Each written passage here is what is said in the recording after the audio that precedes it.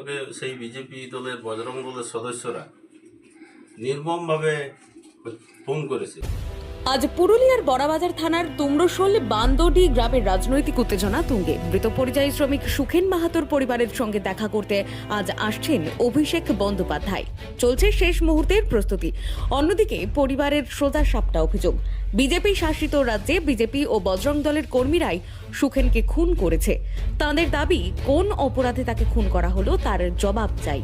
বিজেপির প্রতিনিধিদের সঙ্গে সাক্ষাৎ করতে নারাজ পরিবার।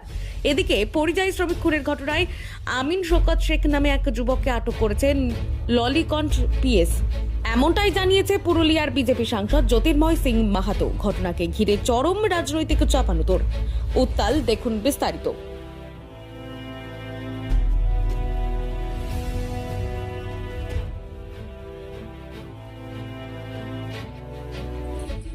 আমি দীনেশ মাহাতো, আমি সুখেনের কাকা। আমাদের ছেলে সুখেন মাহাতো মহারাষ্ট্রে পেটের দায়ে কাজ করতে নিজে গেছিল বা আমরা পাঠিয়েছিলাম।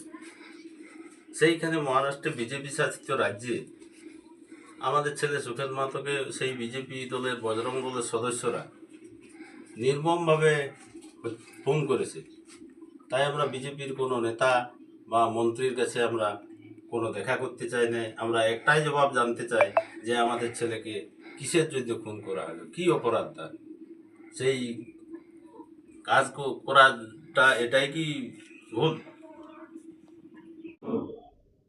তাদের যে বর্তমান পরিস্থিতি আছে সত্যি একটা বেদনাদায়ক পরিস্থিতি আছে। তবে কে কিভাবে কোন ব্যক্তি পলিটিক্যাল স্টেটমেন্ট দিচ্ছে আর এটাকে পলিটিক্যালের সঙ্গে জোড়ার চেষ্টা করছে, এখন মানসিকভাবে সবাই কষ্টে আছে। সেই জন্য আমি কোনো রকমেই এর বিরুদ্ধে কিছু বলতে চাই না।